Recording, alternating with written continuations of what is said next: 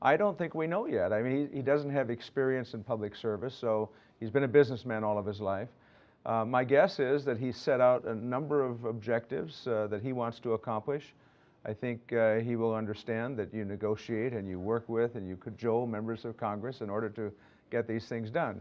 He wants an infrastructure investment program, which is desperately needed in our country. I think Democrats would react positively to that. He wants tax reform. All Americans understand our tax code is too complicated and not very fair, so that needs to be done.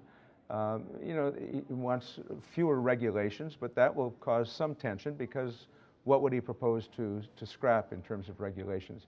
And then just one other point, even in the midst of all of those issues, and they are very aggressive issues, he's going to send, I assume, in January or February, a new name for the Supreme Court nominee down to the United States Senate.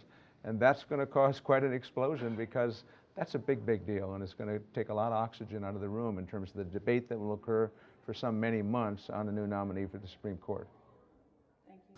This president has made a commitment to get some things done, and we all want him to be successful. But if he's going to get some things done, there's got to be negotiation between Republicans and Democrats. There's got to be compromise, and at the end of the day, there's got to be bipartisan support for whatever the legislative matter is, and I think he'll work hard to make that happen.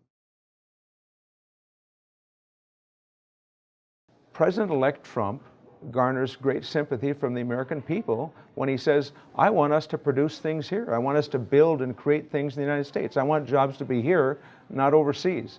So, you know, there's a limit to what he can do, but I think he's pushing in a way that will gain favor with the American people to want to say, yeah, let's have America be a country in which we produce again and can be proud of Made in America.